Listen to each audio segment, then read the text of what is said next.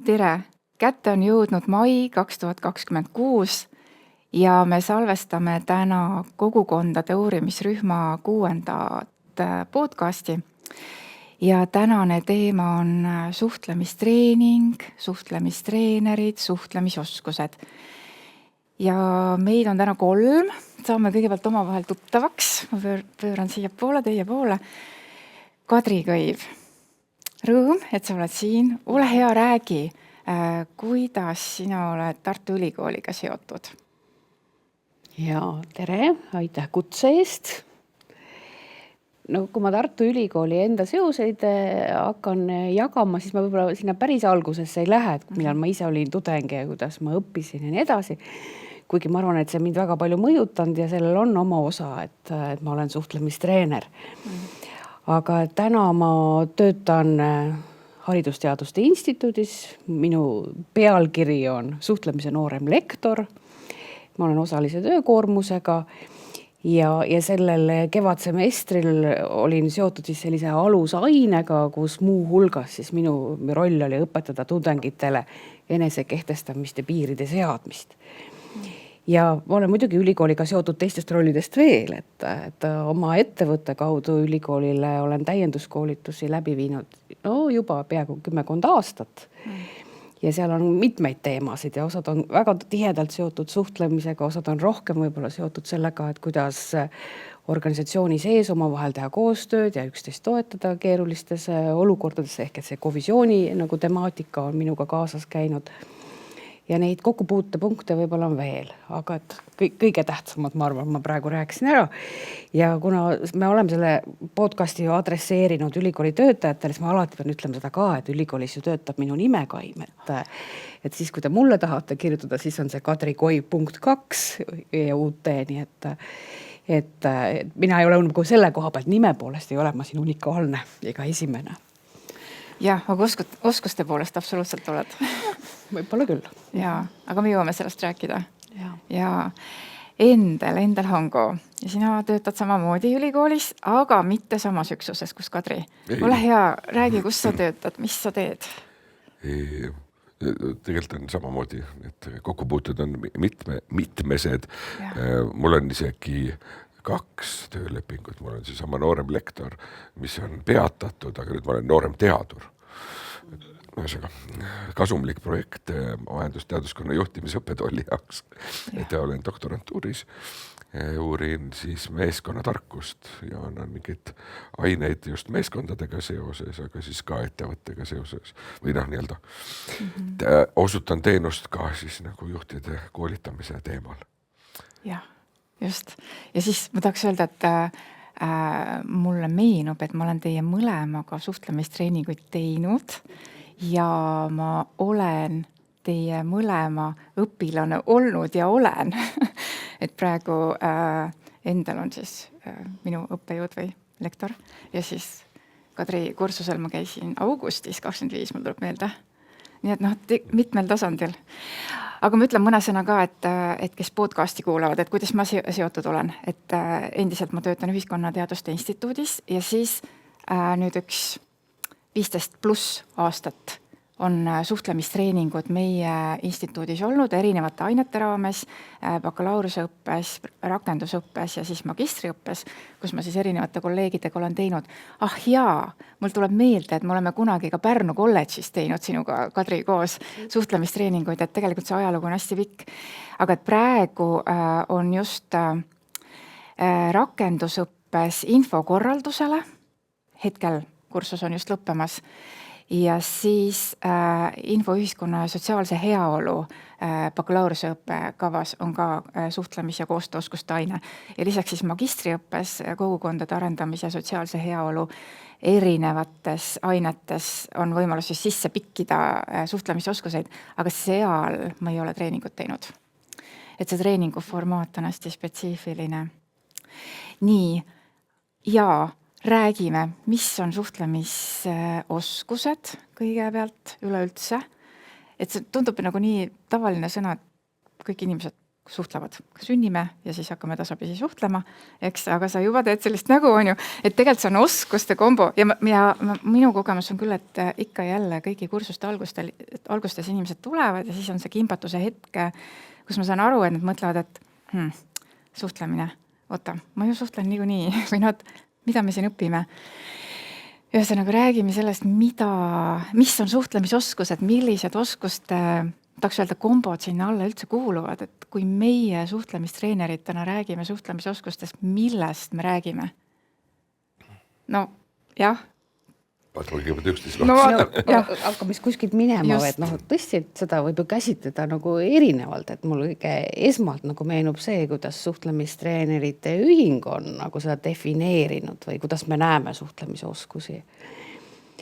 Et me kuidagi jaotame neid kahel tasandil, et on sellised esmased suhtlemisoskused, me kutsume vist baassuhtlemisoskuseid ja et need on sellised väga-väga universaalsed, kuidas ma saan teise inimesega üldse nagu suhtlemiseks sobivale nagu õhustikule ja lainele, ehk et kuidas ma loon seda kontakti, kuidas ma algatan suhtlemist. Siis kui ma juba olen nagu selle algatuse teinud, eks seal siis tuleb päevakorda see ka, et kas ma oma mõtted suudan nagu väljendada või ütelda, mida ma tahan talle siis ütelda, ehk et selge eneseväljendus on meil üks oluline oskus. Ja kolmas on siis loomulikult see, et aga kuulamine ja seda saab kasutada erinevatel eesmärkidel, aga me õpetame siis, et kontakt, selge eneseväljendus ja aktiivne kuulamine on need baasoskused. Ja siis me sealt edasi saame neid kombineerida erineval eesmärgil, sinna võtta veel mingeid asju nagu juurde, et see laias laastus on see, eks ole, mida me mõistame suhtlemise oskuse all.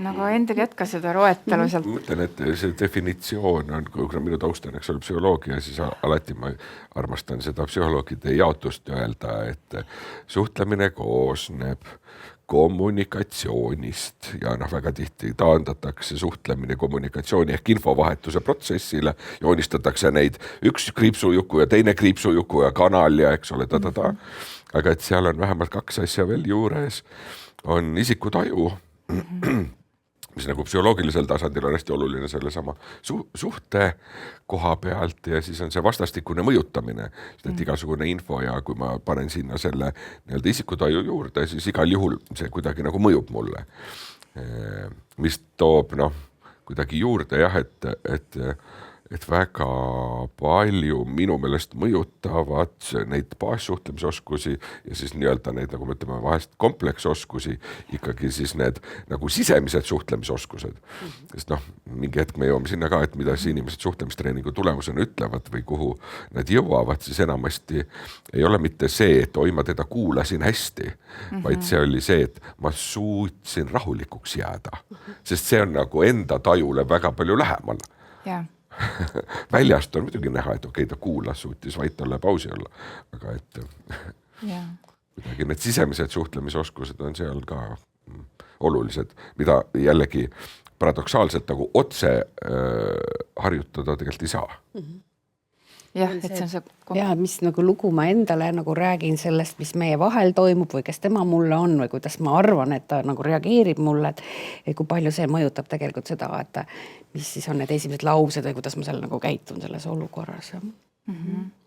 Aga lähme edasi ikkagi, ma tahaks ikkagi lisaks nendele 3 baasoskusele ja isikutajule veel, et sa mainisid kompleksoskused. Mis need kompleksoskused on? Siin on jällegi, et erinevad käsitlused ütlevad erinevalt, on ju. Suhtlemistreeneri vist see klassika on see, et kõige olulisem on sealt see nagu vastupanuga toimetuleku oskus, mis on see enesekehtestamise üks osa. Enesekehtestamine iseenesest on nagu hästi lihtne, et mis hetkel ma räägin, mis hetkel ma kuulan. Aluseks on see nagu suhe, on ju. Aga et kui ma hakkan siis kellelegi mingit survet osutama, et ma tahan teda nügida kuhugi poole. See on loomulik, et ta hakkab vastu nügima ja ei taha liikuda kohe. Ja siis kuidas nagu sellega toime tulla. Sisuliselt minu jaoks on see sama ikkagi, et kuidas õigel hetkel rääkida või mis on see õige hetk rääkimiseks, mis on see õige hetk nagu kuulamiseks. Et vahel tuleb välja küll, kui see küsimus, kuskil sai alguse see taust see, et me nagu nii suhtleme. No problem, kõik on hästi. Aga kui on ju keerulisem situatsioon, kas sa teed seda teadlikult ja tulemuslikult, see on see kompetentse käitumise definitsioon on ju, et parimad saavad hakkama heas keerulises situatsioonis või igapäevas situatsioonis ei ole üldse nagu raske. Ja siis sa üks hetk kohtad kedagi, kes on täiesti teistsugune, ma ei tea, pannud värvilised püksid jalga ja ma üldse ei saa aru, et kuidas niimoodi podcasti tullakse lipsu ja pintsakuga. Mitte, et ma ise hea näide olen. Aga et kui teine on liiga teistsugune, siis see ikka on ju veider ja imelik ja siis need on need kohad. No aga räägime sealt edasi, et mis need oskused ikkagi siis on või ma tahaks ikka, et te ütlete välja, et just, et kui on need kas organisatsioonis või meeskonnas või kuskil koostööolukorras, kus läheb keeruliseks, ei saa teisest aru või teine tahab midagi, mida mina ei taha või mina tahan midagi, mida teine ei taha. Et mis oskused sealt tulevad mängu? Tõsi, see sõna kompleks ütleb seda, et seal juba kombineeruvad need baasasjad, et aga mis järjekorras või kuidas sa neid vahetad või ja mis kontekst seal ümber on, et see ongi võib-olla selle asja nagu erisus. Aga me räägime sellest, et meil on vaja anda tagasisidet, meil on vaja võtta tagasisidet väga sageli, eks ole, see on tööalane oskus, meil on vaja, ma ei tea, veenvalt esitada oma ideid ja saavutada see, et teised tulevad kaasa või toetavad ideid. Delegeerida, läbi rääkida, tegelikult koostööoskused meeskonna tasandil on. Just. Ja ikkagi nagu see, mida inimesed ütlevad, et kuidas ma talle siis ütlen, kui ma pean talle ütlema midagi, mida ma juba ette tean, et see ei meeldi talle või tal tegib mingi reaktsioon selle peale, ehk et igas võtmes nagu need keerulised või rasked kõnelused. Ja siis, milles me üldse ei ole rääkinud, et muidugi need samad baasoskused on ju kombineeritavad ka selles olukorras, kus ma olen nagu mingis aitaja rollis või võtangi nagu selle, ma ei tea, arengutoetaja nagu roll, ükskõik siis, mis see funktsioon on, et juhina või siis tõesti selle spetsialistina, kelle töö ongi olla abistavas funktsioonis. Et siis me räägime nõustamise oskusest, kus on kuulamine, aga kus on ka seesama selline vastupanuga töötamine hästi oluline. Jah, ja see ju, tõesti neid valdkondi, kus inimesed vajavad neid oskusi on päris palju ja need meie valdkonnad juba ka markeerivad ära, et majanduses, eks, et kõik, mis organisatsioonides juhtub ja kuidas ju töö läheb, eks, et seal on kahtlemata vajalik oskusi kasutada. Ja haridusvaldkonnas kolleegidega, õpilastega, eks töö. Ja siis kogu sotsiaalvaldkond on ju ka. Ja tegelikult on väga palju teadusuuringuid ka tervishoiu valdkonnas, mis on ju väga loogiline, eks, et kõik seal on väga, inimesed on haavatavad ja suhtlusest sõltub ju väga-väga palju. Nii. Aga nüüd üks viisidest vormidest, kuidas me oma koolitusi ja treeninguid teeme, on video tagasisidega suhtlemistreening.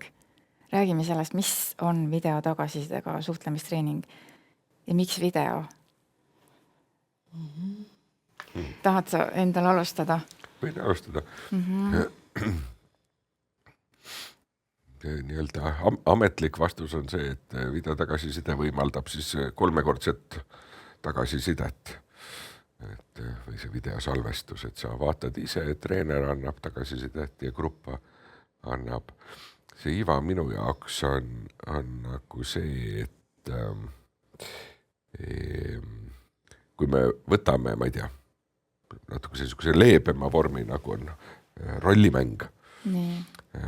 Siis rollimängus on tihti peale see õppimine võrdlemisi pinnapealne, eriti kui inimesed ei ole harjunud või ei oska tegelikult rollimänge väga hästi teha ja siis, või ei osata neid hästi läbi viia, ei ole hästi soojendatud, siis väga palju on koolitustel seda, et jumala eest kõike võiks teha, aga ärme need lolle rollimänge tee, sest need on kunstlikud, imelikud ja ongi, kui on kehvasti, eks ole, instrueeritud või halvasti see setup tehtud. Aga et nüüd mõnes mõttes, kui hästi teda teha, siis see ongi see kunstlik labor, kus sa saad ohutult proovida neid enda jaoks keerulisi situatsioone ja et video keerab sinna veel nagu seda intensiivsust juurde. Et ma kuidagi seletaks seda umbes sellisel viisil. Täitsa ma nagu nõustun, et see 3-kordne tagasiside on väärtuslik ja see väga huvitav hetk on ikkagi see näha ise ennast kõrvalt.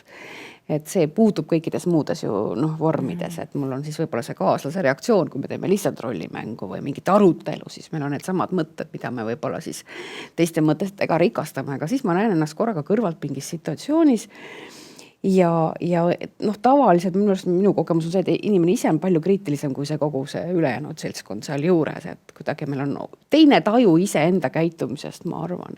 Et see üks selle video eesmärk ilmselt ongi ju see, et ühtlustada seda tunnet, et ja teha ennast nagu teadlikumaks ja ka kokkuvõttes enesekindlamaks läbi selle, et ma teadvustan, milline ma olen erinevates suhtlemisolukordades, teadvustan oma tugevaid külgi, näen ka seda võib-olla, et kas on midagi, mida ma võib-olla võiksin tahta muuta või teha teisiti või teadlikumalt, et seda pakub ikkagi ainult nagu video tagasiside.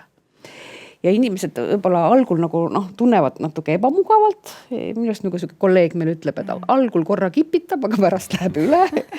Ja ta tegelikult läheb ikkagi väga ruttu üle. Ja ma olen hästi nõus, et see soojendus ja see viis, et kuidas seda läbi viia, see kindlasti mõjutab seda ka. Algselt ju suhtlemistreening mõeldi 3-päevasena. See tähendab, et esimene on see ebamugav kipitus, siis teine kord sa saad nagu harjutada ja 3. päev on siis see, kus sa saad selle eduelamuse, et päriselt nagu töötab ka ja mõjubki. Tänapäeval väga harva õnnestub niimoodi eriti 3 päeva järjest teha, aga et mõnes mõttes, kui on pikemad arenguprogrammid, siis seesama, et nagu natukese haaval proovida, siis nagu saada ikkagi nagu katsetama ja siis kas või ütleme, kui need päriselus rakendavad, siis refleksiooni kaudu seda eduelamust, et põhimõtteliselt mõte on sama. Kuidas nagu siis suhtlemistreeningu nagu arendajad on seda omal ajal kirjeldanud, ongi see, et see mida ainult ei ole asi selles videos, vaid asi on kogu selles grupi nagu selles õhustikus. Ja üks põhimõte on see, et luua selline grupi keskkond, kus usaldus on nii palju kõrged, psühholoogilised kaitsed alaneksid, inimene tunneks ennast nii palju turvaliselt, et ta julgeks võtta selliseid väljakutsuvaid ülesandeid, teha midagi teistmoodi, kui ta tavaelus võib-olla söandaks, et võimaldada tõesti nagu sellest kogemusest nagu õppida. Ja see eeldab nagu treenerilt tõesti nagu pikemat väljaõpet ja teadmist ja arusaamist, kuidas toimub õppimine ja mis on need psühholoogilised protsessid selle käigus. Et osata seda õhustikku sellisel viisil nagu korraldada. Ja tahaks selle teema juures veel püsida, et ma arvan, et see on üks väga võimas õppimise kogemus, et mul tuli nagu 2 mõtet ja ma räägin ära ja siis kuidas te seostute sellega, et esiteks ta on selles mõttes võimas, et kui tehagi pikalt ja minu kogemus on see, et tegelikult juba 20 aastat, et ma õppisin 2007-2008 suhtlemistreeneriks, te võite pärast öelda, millal te õppisite ja nüüd ma olin uuesti treenitava rollis just märtsis, kogu aeg õpid ja siis läbi aastate, läbi nende kogemuste, see jääb keha mällu ja seda on hea kasutada. Ja teine asi, mida ma läbi erinevate õpete, treeningute ja väljaõpete olen kogenud, et see vastasrollis olemine, see tegelikult annab inimese nii palju juurde ja see on läinud lihtsalt sellest oskuste õppest, ka sellesse tajusse, et kuidas see teine inimene, sa rääkisid enne inimese tajust, aga seal ma ei taju enam nagu ainult mitte ennast, ma tajun seda teisi inimesi, nii et ühesõnaga ma mäletan 2019 Londonis treeningus, ma järsku hakkasin nagu mehi mõistma naisena. See oli väga huvitav, sest ma mängisin ühte prantsuse meest või nagu olin selles rollis. Ja järsku nagu mu maailm avanes, mis teeb nagu igasugustes muudes olukordades hiljem viib nagu selle suhtlemise täitsa teisele tasandile. Ühesõnaga, tegelikult siin on nagu tohutu potentsiaal. Ma olen ise kuidagi seletanud niimoodi, et see kompetentne suhtlemine eeldab tõesti ühtepidi seda enesejuhtimist, eks ole, mis ma ütlesin, see nagu intrapersonaalsed suhtlemisoskused vahest öeldakse ka või kui EQ käsitlusi vaadata. Aga et siis teiste mõistmine on seal ka oluline, sest ma ei saa ju planeerida mõju sulle, kui ma ei saa aru, mis sinuga toimub või teadlikult, eks ole. Ja mõlemad nad viivad tagasi tegelikult sellele samale, et mis on eneseteadlikkus. Sest seal on see sama asi, et ma tegelikult ei saa sinu puhul mitte midagi mõista, mida mul endal ei ole olemas. jaa. Aga selle rolli kogemise Väga kaudu hästi on võimalik. hakkab midagi juhtuma. Just, absoluutselt. et ma tegelikult nagu võttes seda rolli küll, kuigi ma võtan seda sellisel viisil, nagu mu kujutlus on, kuidas sina oled, eks ole, sest reaalselt seda inimest meil seal treeningus ju ei ole. Et mina kujutlen, kuidas see võiks olla seal sinu sellel positsioonil. Ja ma arvan, nagu olemuslikult ma hakkan nagu mõistma midagi, mis on see nagu see ühisosa või nagu aktsepteerima ja mõistma, mis annab mulle nii palju nagu selliseid mõtteid siis, kuidas nagu sinuga suhelda siis, kui ma olen teisel toolil, eks ole, tagasi seal enda positsioonil. Et rollivahetus, muidugi suhtlemistreening ei ole nagu unikaalne, et see rollivahetus oleks justkui ainult suhtlemistreeningu nagu spetsiifika, aga et me saame seda väga hästi kasutada ja eriti tänu video tagasisidel on meil võimalus seda inimesele ka seda siis kõrvalt nagu näidata. Ja, just. Aga nüüd see küsimus, mis ma siin vahepeal välja hõikasin, et kui kaua sa oled tegelenud ja millal sa õppisid ja siis millal sa õppisid? Naljakas seda rääkida. Jah, ma tegelikult hakkasin ju või tekkis selline võimalus suhtlemistreenerite väljaõppesse minna ülikooli viimasel kursusel, nii et see on nii ajalooline aeg, 97-98 lõpetasin väljaõppe. Ja sain õppida nende omaaegsete nagu kurude juures ka, mis oli nagu äge, et Enn Mikking, kes võib-olla kõige rohkem nagu on seostatud suhtlemistreeningu Eestisse nagu toomise või ja siin arendamise ka, tema oli üks minu väljaõpetajatest, aga seal oli teisi veel.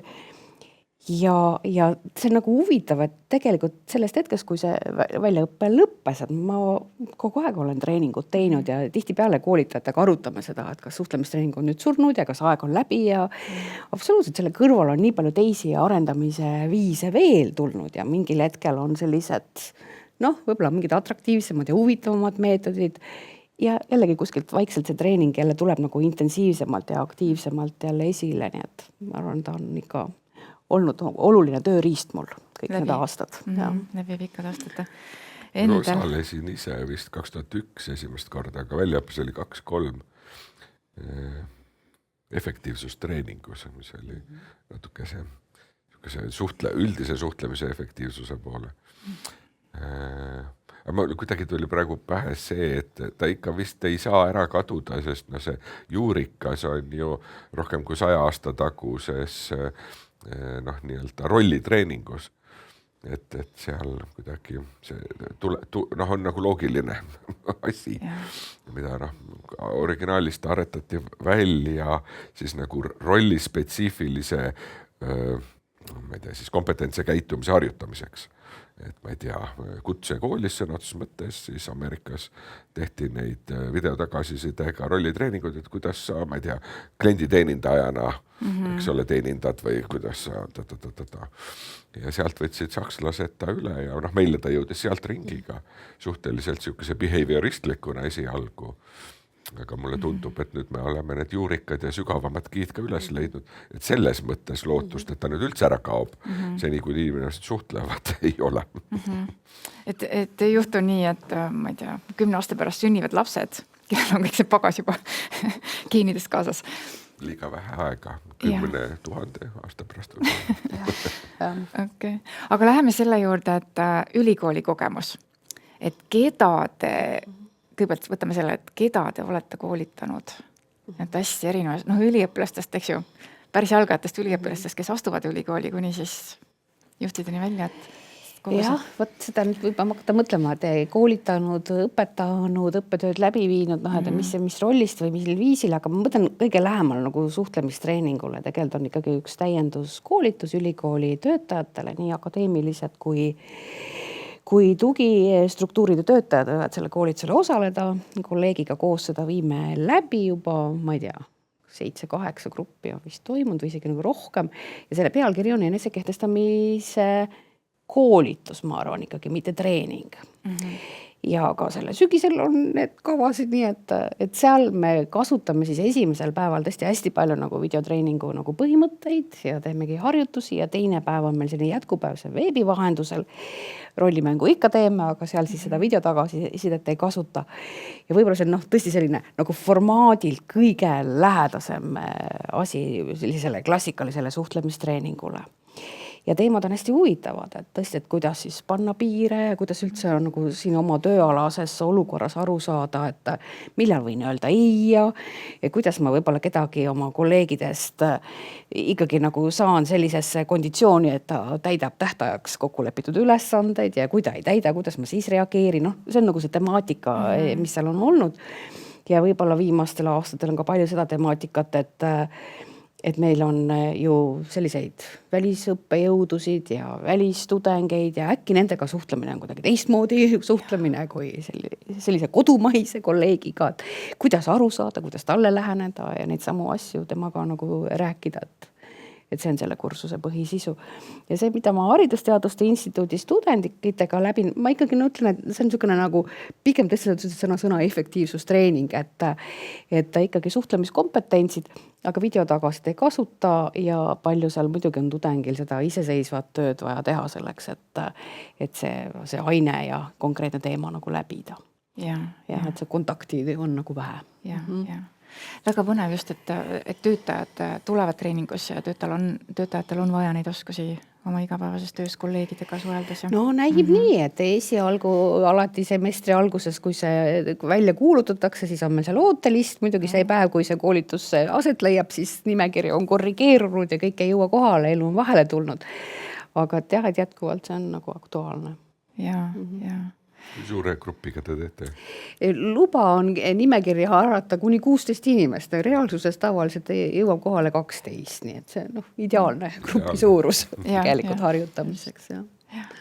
Jah, nii et tõesti seda me ei ole maininud, et harjutamiseks on mõnusad just sellised väiksemad grupid. Mina teen suhtlemistreeningut videotagasitega selles samas juhtide arenguprogrammis juhtidele, aga seal ta ka on nagu pika programmi sees ja 20 grupp on, mis me siis treeningpäevaks lööme pooleks. Et oleks nagu võimalus kõigil harjutada. Ja ette ja taha siis on, et sissejuhatused ja nagu me vahest ütleme kuivad harjutused siis teistel päevadel.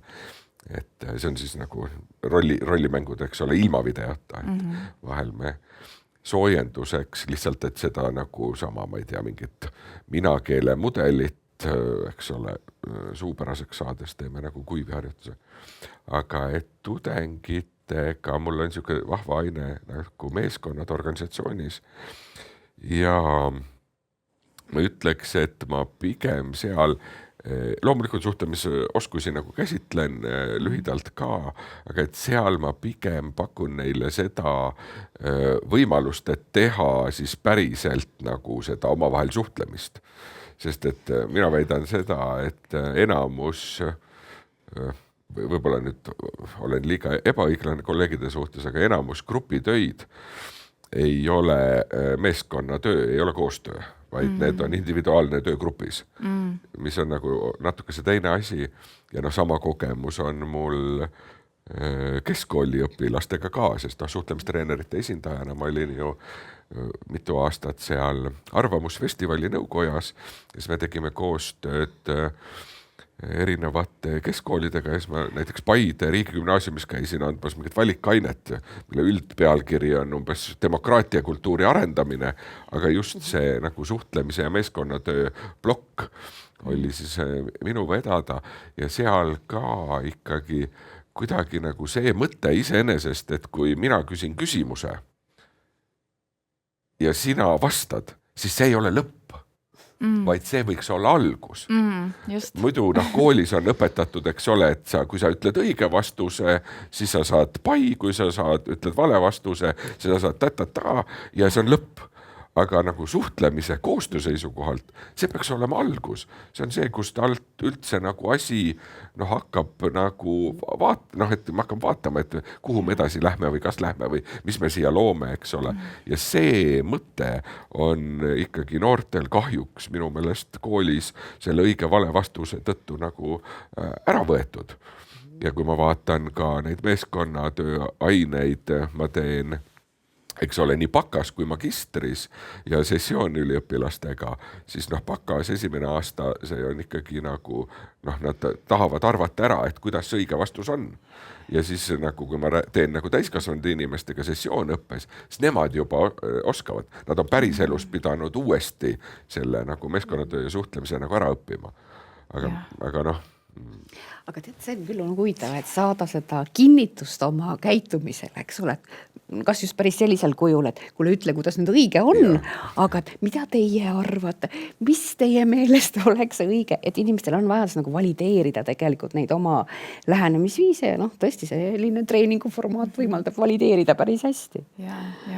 Aga see, mis te praegu mõlemad rääkisite, see vist omakorda mind selle teema juurde, mida me Kadri sinuga oleme põrgatanud, et kuidas ikkagi seda võit mõtlemisviisi saada igasugusesse suhtlusesse ja siis ka see, mis sa ütlesid, et see suhtlemine läheb edasi, et keegi ei vaigistaks kedagi.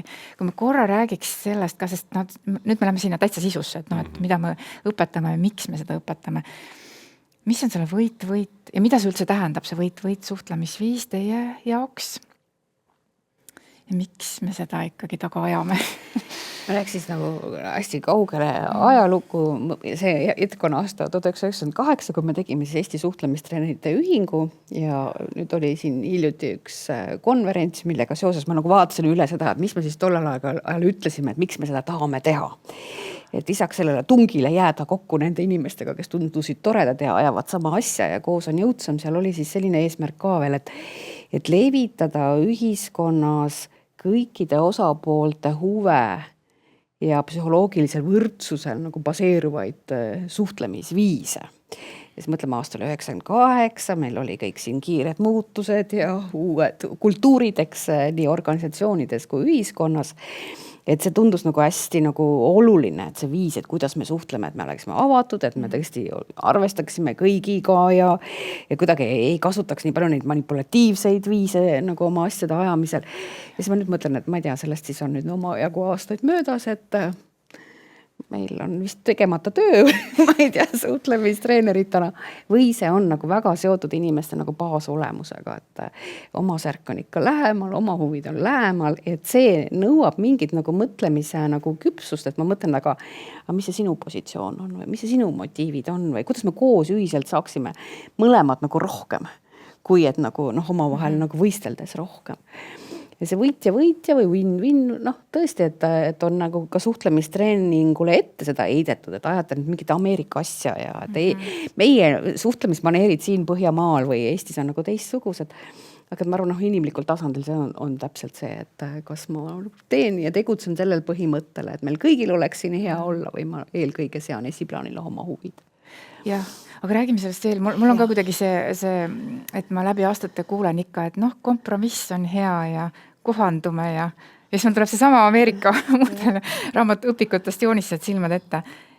Ja siis ja kuidas ma jõuan nüüd teieni, et te saaksite aru, et meil on palju rohkem võimalusi, et meil tasub seda võit püüda ühiskonnana.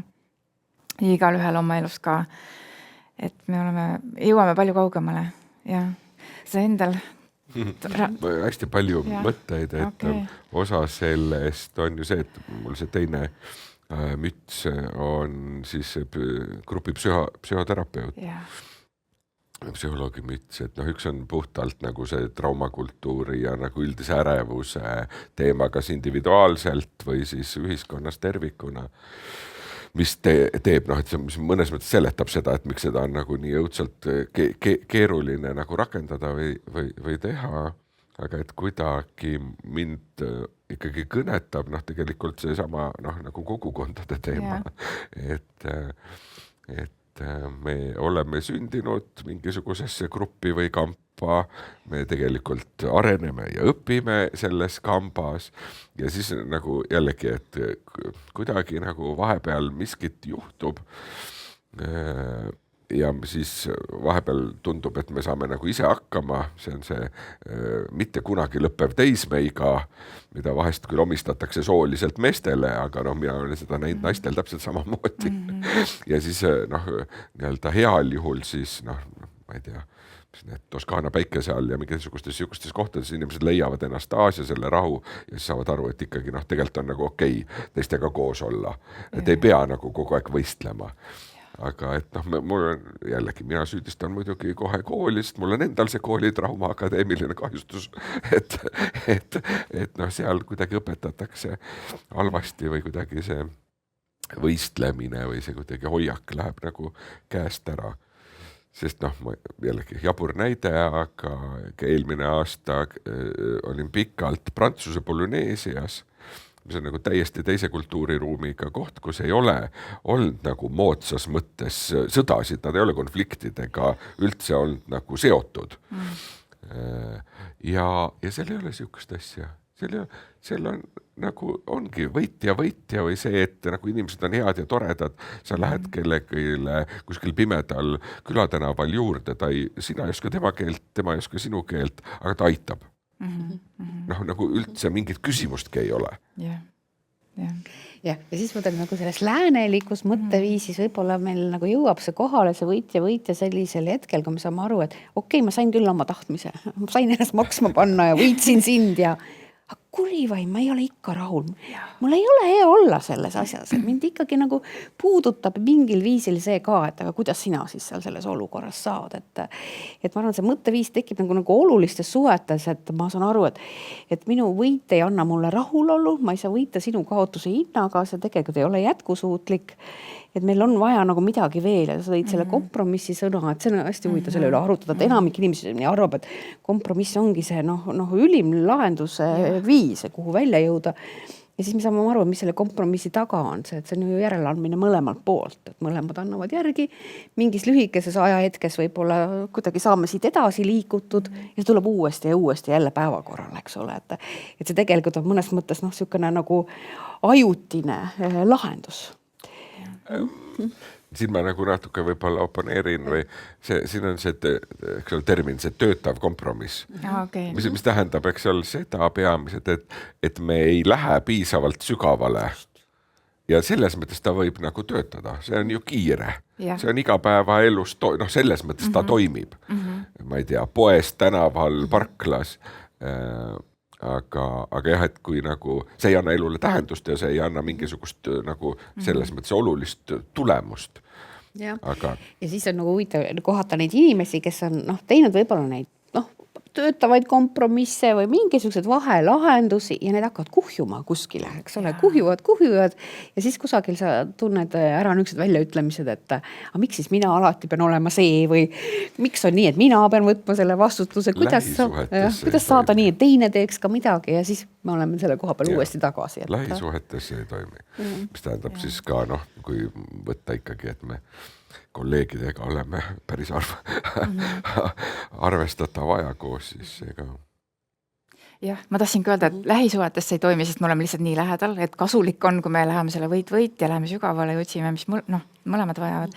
Aga tegelikult ka sellised olulised tööalased suhted, teadustöö tegemine pika perioodi jooksul, näiteks mõnes väga intensiivses projektis, lihtsalt see kompromiss hakkab lihtsalt sööma energiat ära.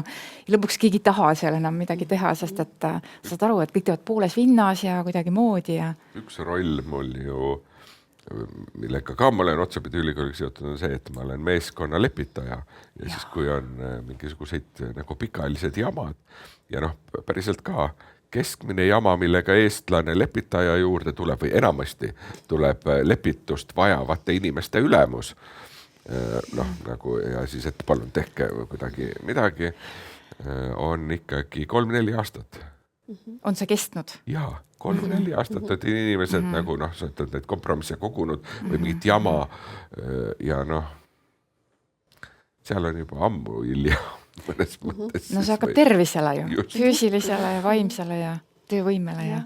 mis siin on need head laused, et kõige raskem kõnelus on see pidamata kõnelus, mida sa kogu aeg hoiad tagasi ja mõtled, et miks nüüd mina või kas on õige hetk või kuidas ta nüüd reageerib, ehk et enda sees toimub selline sisekosmos, eks ole, see sisedialoog, aga nagu seda vastutust või julgust teha see samm, teisega rääkida ei ole nii tihti ja mõnikord on see ka, et mul ei ole ka oskus, kuidas seda teha. Oskust ei ole ja sa ütlesid enne ka, eks ole, see enesekindlus, ma hakkan praegu mõtlema, see, et need case'id ikkagi, mis näiteks ülikoolist tulevad, on see, et juba rahastaja hakkab ütlema, juba tudengid kaebavad juba, aga see, et mina ise olen kannatanud, see nagu pole argument.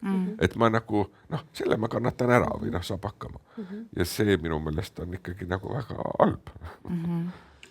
Ja siis ma puudutan sellist teemat ka, nagu ma ütlesin, me ühingu tegime, üks eesmärk oli psühholoogilisel võrdsusel põhinevaid suhtlemisviise ja siis on see küsimus, et aga kas ma olen siis võrdne, kui mina olen selline tugitöötaja, aga tema on akadeemilises hierarhias seal päris kõrgel, kas mul on õigus talle tuletada meelde tähtaega omast rollist, ma olen vastutav, ma ei tea, programmijuhina või õppekorraldusspetsialistina.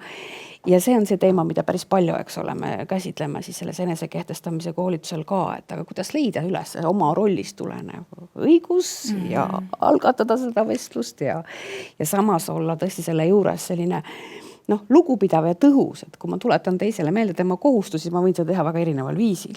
Et me ikkagi räägime, kuidas seda teha sellisel viisil, et see soodustab dialoogi, mitte nagu ei lõhu seda. Et see rolli arendamine on ka selle protsessi sees.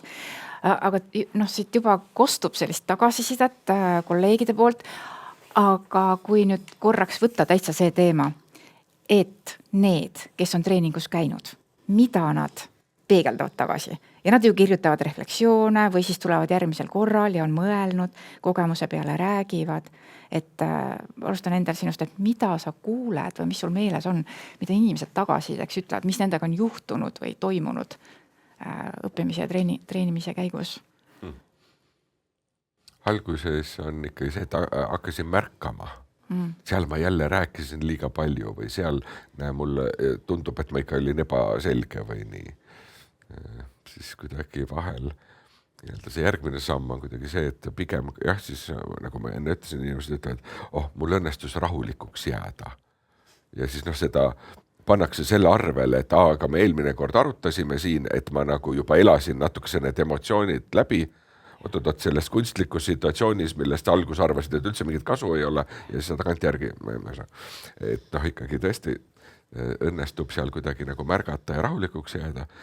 Ja ütleme, kui sealt veel samm edasi, siis heal juhul ikkagi inimesed ütlevad selgelt, et ma nüüd olen hakanud, ma ei tea, ütlema või kuulama või pausi pidama või et see, mis nad panevad alguses tähele, on mingisugune üks tehnika või üks nagu mudel või üks mingi asi. Olen hakanud delegeerides ikkagi nagu laskma tal üle peegeldada, et mida ta nüüd läheb ja teeb. Ja siis tänu sellele mingid siukesed asjad.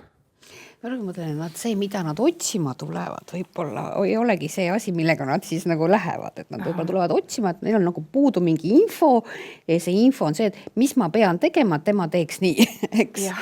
Ja siis see, millega nad lähevad, ma saan aru, ongi tegelikult see, et nagu nad reguleerivad ise ennast nagu paremini.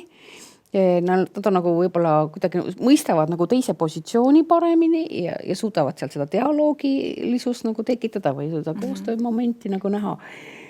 Millega nad veel lähevad? Nad mingi pidi enesekindlamatena lähevad, sest nad on mingid asjad teinud palju kordi nagu läbi ja katsetanud ja näinud, kuidas teised teevad. Ma arvan, et see on nagu ülioluline, et mida ta ütleb, ma sain aru, ma pole üksinda ainult selline, kellel on need raskused, ma pole üksinda ainukene selline, kes võib-olla tunneb ennast sellisena või sellisena, et need on väärtused ja kui oleme rohkem kokku saanud, et kui on nagu sellised kursused, kus on need jätkupäevad olemas või mingid muud sellised formaadid veel juures, et siis sa näed seda ja saad tagasisidet, et ma proovisin siis praktikas midagi teadlikult või oma tööelus näiteks midagi teadlikult teha ja näed, sain sellise tulemuse või julgen jätkata või arvan, et olen õigel teel. Et see võib olla ka, et treening väga paljudel inimestel ütleb seda, et see, mida ma enne tegin nagu mitte teadlikult, nüüd tänu sellele, et ma olen saanud siin selle läbi nagu mõtestada, ma olen teadlikum katsetaja ja praktiseerija.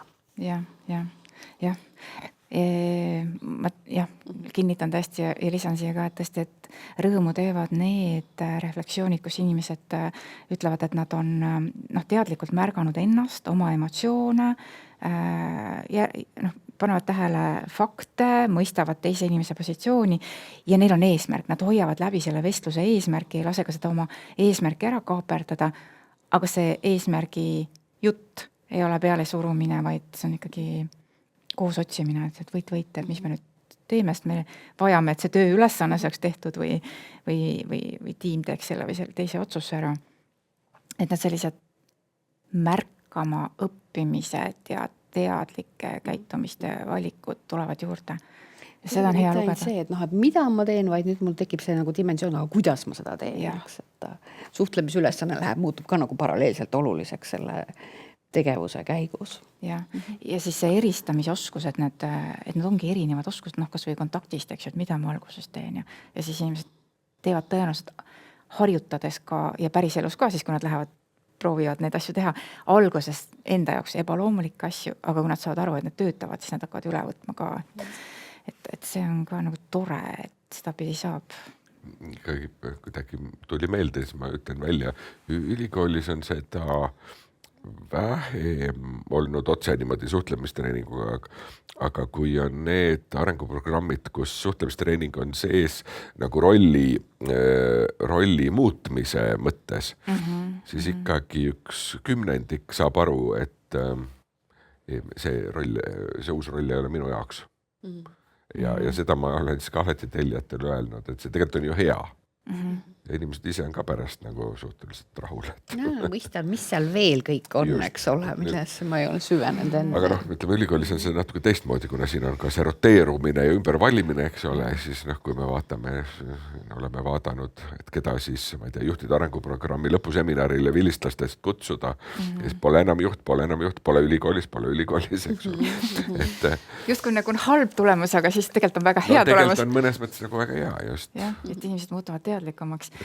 Midagi veel, ülikoolis on juhte oma jagu, et mida sa juhtide koha pealt oled tähele pannud, et mida inimesed veel tagasisideks ütlevad või välja toovad?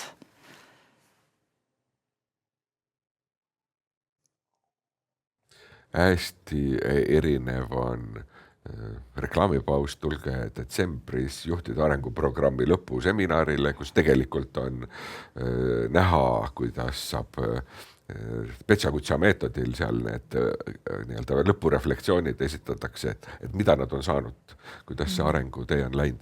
Aga seal on tõesti, on nagu ütleme isikliku arengu teadlikkust, on seda, et nagu meeskonna peegeldust, on valdkonna arendamist, hästi nagu mitmel tasandil sõltub, kuidas inimene või mis eesmärgi või mis kontekstis ta nagu kasutab.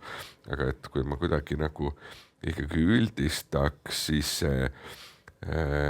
üks nagu ikkagi oluline osa minu meelest on see, et suhtlemine ei ole üks tüütu matemaatika ülesanne õige ja vale vastusega, vaid see on nagu koosloomine ja et see on kogu aeg põnev. Et nagu see, minu meelest see hoiaku muutus on nagu, sest et kui pika selle suhtlemistreeningu läbijad ikkagi saavad aru, et see ei ole see, et ma nüüd õpin midagi ära ja siis ma olen valmis, vaid et ma tulen, ma ei tea, mitukümmend aastat hiljem ja ikka on põnev. Jälle on uus. No tõesti on, kogu aeg on uus ja põnev. Ma kuidagi jäin mõtlema ühe asja peale ja see asi on see, et andke meile põhjust rääkida sellest, kuidas me suhtleme, et me tavaelus, kui ma mõtlen ülikoolis, aga see ei ole ainult ülikooli spetsiifiline, see, et me räägime nendest asjadest, mida me teeme. Me räägime oma projektidest, oma tööülesannetest, mingit lahendamist vajavatest probleemidest, et see on nagu lubatud jutu teema, eks ole, sisu. Aga meil on vaja saada neid hetki ka, kus me räägime sellest, kuidas me omavahel suhtleme. Ja see nõuab mingit pidi nagu sellist julgust seda panna nagu lauale, ütelda, et mul on mingeid tähelepanekuid selle kohta, mul on kogunenud rahulolematust võib-olla selle kohta. Ja seda kogunenud rahulolematust, jah, seda me kuuleme treeningutes. Ja seda tulevad selline lahendama ja otsima nendele mingisugused väljavaated, aga et meil on vaja omavahel sellest õppida nagu rääkima, kuidas me omavahel suhtleme. Aga kui laiendavadagi seda, siin on nüüd mitu asjad, ühesõnaga meil on uued noored ja kuidas nendel läheb, võiks seda võtta, et kas nad tõesti vajavad ja mida nemad vajavad, aga ülikoolid üle maailma ka räägivad tulevikuoskustest, läbivatest kompetentsidest ja suhtlemisoskus ja koostööoskus on üks nendest. Igasuguse tehisintellekti rakendamise ja kõikide muude oskuste kõrval ei ole ära kadunud, läbivalt on sees ikkagi tulevikuoskusena ka koostööoskused ja suhtlemisoskused. Mida te mõtlete tulevikuga seoses? et tegelikult seda soovi võiks ju ka tuua sinna tulevikku ja tänasesse päeva ja tulevikku, et räägime suhtlemisest, et kuidas me seda teeme, sest me nii palju sõltume oma töös tegelikult, kui hästi meil seda õnnestub teha. Aga mis veel teil seostub, et hiljaaegu ma olin siis koolitajate mittekonverentsil, meil oli töötoa teema, et kuidas ja kas on suhtlemine muutunud. Ja see oli hästi huvitav, nagu seal selline mõttevahetus tekkis, et tõesti, et 20 aastat inimese elus on väga pikk aeg. Inimkonna elus 20 aastat võib-olla on niisugune, ma ei tea, tolmukübe, eks ole, väga-väga lühike aeg. Aga et selle viimase 20 aasta jooksul tõesti meile tundub, et meil on nii palju neid suhtlemiskanaleid juurde tekkinud, meil on neid võimalusi juurde tekkinud ja kõike justkui on nagu rohkem ja intensiivsust on rohkem ja võib-olla puht see, kes me inimestena bioloogiliselt oleme, et me kohaneme sellega. Ja kui ma mõtlen nagu noorte peale, nii siin ülikoolis kui ka ma puutun gümnasistidega kokku suhtlemise õpetuse tundides, siis on asju, mida ma mõtlen, et inimese olemus on nagu sama, et me ikkagi baasiliselt tahame neid samu asju, mida 20 aastat tagasi ja 40 aastat tagasi ja enamgi veel. Aga et meil kontekstid on nagu muutunud, eks. Ja see, et seda võimekust, et nagu uues kontekstis luua see side, uues kontekstis avaldada oma mõtteid, rääkida oma vajadustest, et need ikkagi lõpuks me jõuame sinna välja, et me peame õppima neid samu oskusi, aga et tegema neid tõlkeid võib-olla selle tänapäeva noorele arusaavatavatesse kontekstidesse. Selline mõtte sissejuhatusega. Ma ei tea, mis sa juurde mõtled? Umbes midagi sama, et see kuidagi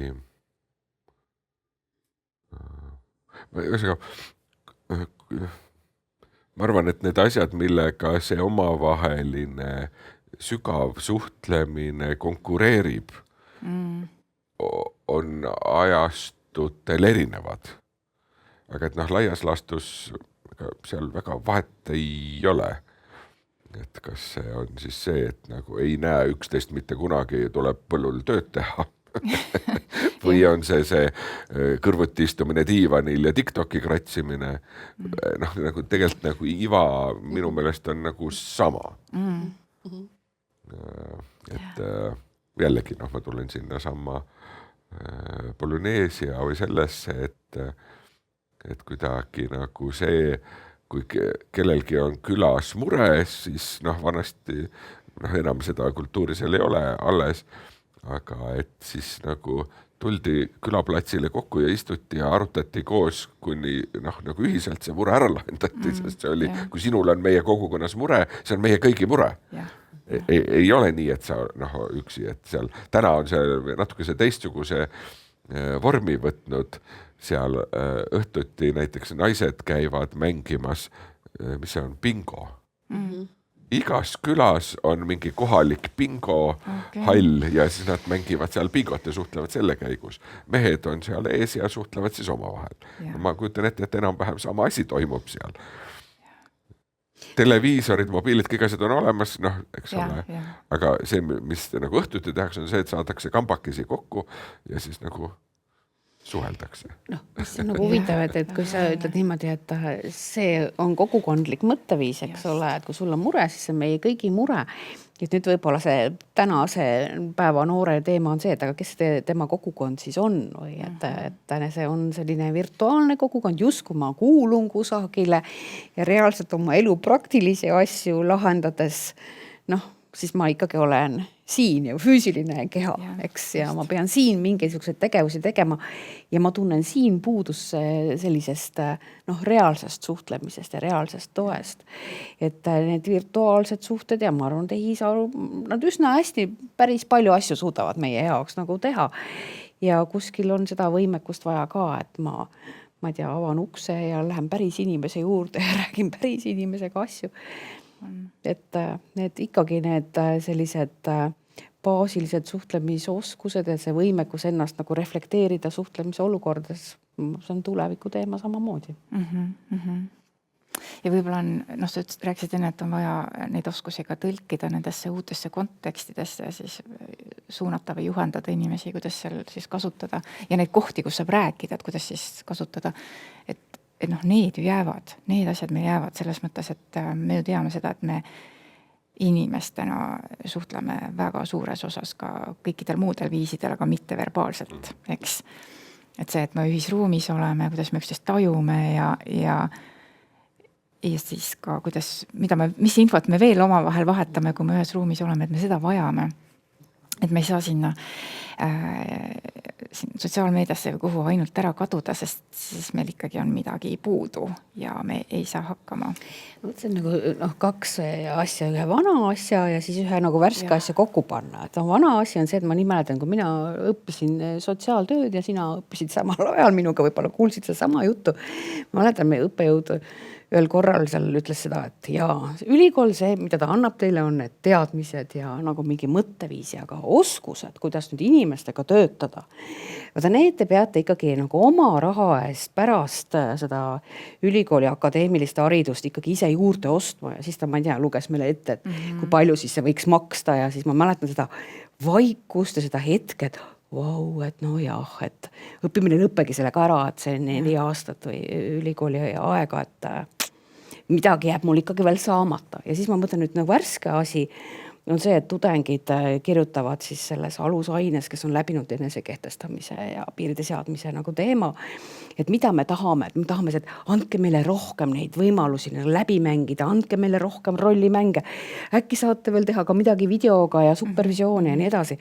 Et see vajadus nagu olla nagu valmis oma tööeluks, et see tegelikult on hästi teadvustatud. Ja nüüd ma mõtlen nagu ülikooli peale, et ma ei tea, et kuidas siin õpetatakse tegelikult, et kui palju on nüüd võimalik teha seda, mida siis tookord meile omal ajal öeldi, et seda õppige oma raha eest. See on teie enda mure, kuidas te neid oskusi arendate. Et äkki me ei pea niimoodi suhtuma, et võib-olla me peaks mõtlema seda, et ongi see suhtlemise vajadus ja suhtlemiskompetentside arendamine nagu ka oluline ja looma selleks tingimusi. Ja käsukorras õppida selliseid asju on väga keeruline. Ma ikka mõtlen, et see võiks olla mingi pidi nagu selline, et ma saan valida, kui ma olen valmis selleks, ma olen hetkel huvitatud selleks, siis ma läbin sellised treeningud ja väljaõpet juba ülikooli ajal.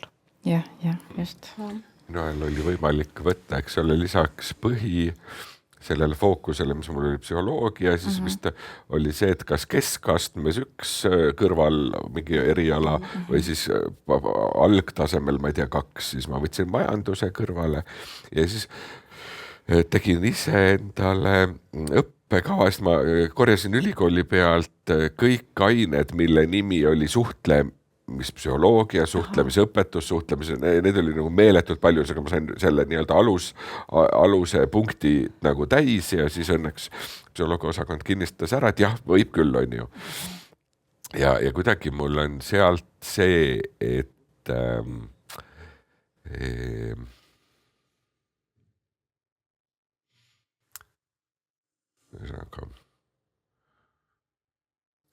väheks jäi. Et kuidagi oligi, et olid mõned üksikud ained, mis ma mäletan, mis olid nagu, ma ei tea, see tol ajal oli see praktiline case'ide lahendamise mingi aine, mis oli sotsiaaltöös, mis oli ka suhtlemispõhine või sellise nagu kovisiooni või supervisiooni meetodite põhine ja siis umbes veel 3-4 siukest, ma ei tea, mingit nõustamismudelit või mingid siuksed ained. Aga ülejäänud oli siuke nagu teoreetiline mudru, et sai hästi suure pea. Aga et siis samal ajal ma õnneks käisin suhtlemistreeningus, siis ma sealt sain nagu need oskused.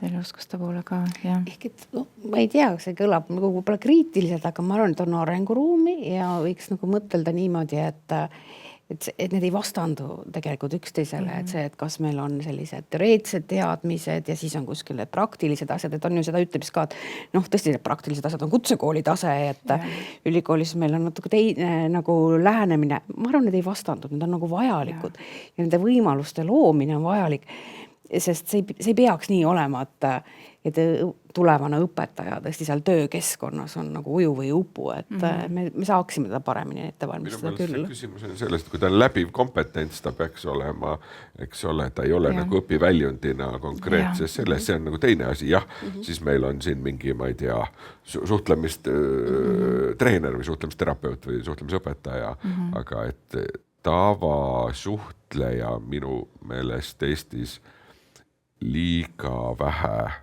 teab suhtlemist ja selle tõttu oskab liiga vähe ja eelkõige just keerulisi ja kriitilisi situatsioone. Et loomulikult ma suhtlen nii, nagu ma suhtlen, ma ei tea, sportlased jooksevad teadlikult, iga inimene on võimeline jooksma, aga enamus teeb endale rämedalt haiget sellega, kui nagu tuua see paralleel on ju. Et miks me, aga me suhtleme nagu väga palju rohkem kõik, kui me jookseme, et võib-olla siis oleks mõistlik natuke see nagu seda õppida. Jah, osad. Ma väga haakun selle mõttega, sest et kui ma mõtlen laiemalt ühiskonna konteksti, kus me praegu oleme, siis on lihtsalt hädavajalik ellujäämise oskus mõnes mõttes on ju, kui neid ühest kriisist ainult teise ja need keerulised olukorrad, mis siis tulevad ka väga lähedale meile nende üldiste kriiside tõttu. Ja teine asi, et kogukondades ma näen, ega kogukonna juurde, kogukonna arendajat ei kutsuta seal, kui seal kõik on hästi. Ikka siis, kui on tegelikult väga keeruline ja siis ma ikkagi näen seda sama asja, et tegelikult kogukond ju on suhted.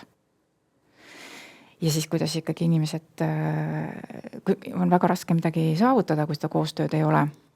Aga teiselt poolt tehakse ka haiget individuaalselt või siis oma perele või siis kogukonnale käitumistega. Et ma olen väga nõus, et meil oleks seda jooksmise oskust vaja. Muidu me lihtsalt jookseme nagu pimesi ja lõhume ennast ja teisi. Ja oleme halvaks eeskujuks ka, vaata, kui keegi halvasti jookseb ja siis keegi jookseb taga, siis vaata see peegel, ma ise jooksen on ju, siis ma näen, et peegelneuronid võivad hakata tööle ja siis ma teen midagi ise ka täiesti totaalselt valesti, kui ma jooksen. Et teadlikkus. Et tegelikult saab aju rakendada, et jooksmisel ennast aidata ja siis suhtlemise olukordades ka. Okei, põnev. Teeme viimase ringi, kui te nüüd korra mõtlete selle peale, et kas siis nüüd sellest tänasest vestlusest miski mõte hetkel hästi resoneerub ja tahaks siia kõlama jätta või on kuskilt mujalt kaasas, ehk siis selline siin ja praegu ja mida tahaks lõpetuseks öelda, et ega siin õiget ja valet ei ole, aga see, et mis hetkel on oluline öelda.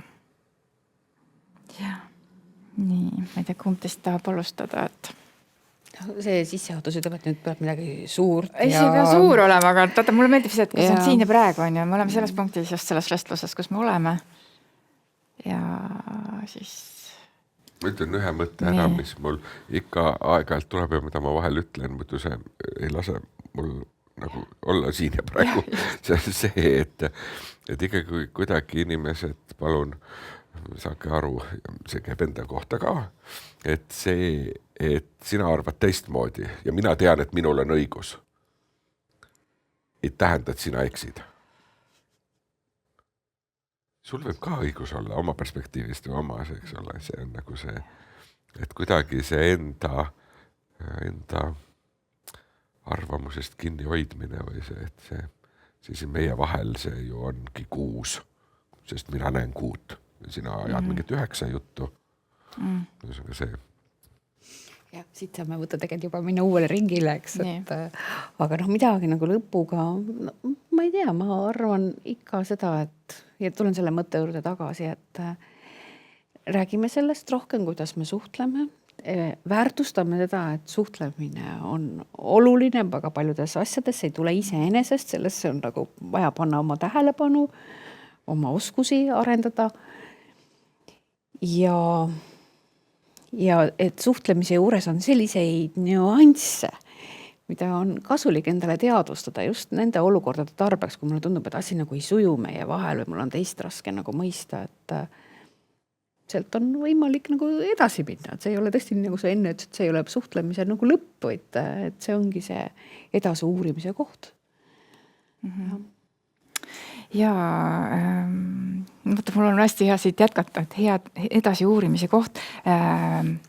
Mul on hea meel selle üle, et teadustööd jätkuvalt tehakse suhtlemisoskuste teemal ja suhtlemisoskuste õpetamise ja rakendamise teemal. Ja ma tahaks tegelikult julgustada inimesi neid teaduspõhiseid teadmisi ikkagi otsima, tõenduspõhiseid teadmisi otsima, lugema neid. Ja teiselt poolt see, mis me siit täna rääkisime ka, et õppida märkama, oskuste kasutamist, endale ka ütlen seda, ja siis teada ka samas, et see on looming, et need oskused, neid on võimalik märgata, teadvustada, võtta uusi oskusi kasutusse, aga samas arvestada kogu aeg, et see on selline inimeste vaheline looming ja see sünnibki sellel hetkel aga et kui põnevaks elu läheb, kui hakata märkama ja siis teha teadlikku valikuid, nagu isegi mõnes mõttes nagu enda sees korraks niimoodi naeratada ja siis kihistada, ja nüüd ma teen teistmoodi, sest et ma tahan täna proovida seda oskust ja vaadata, mis siis juhtub. Aitäh teile ja siis ma väga loodan, et me saame treeninguid edasi teha, et suhtlemistreeningud elavad, suhtlemistreenerid elavad edasi ja on üks tore kogukond, kes siis mõjutavad sellist laiemat kogukonda, ühiskonda edaspidi ka. Nii et aitäh! Oli väga huvitav. Oli väga huvitav. Jah.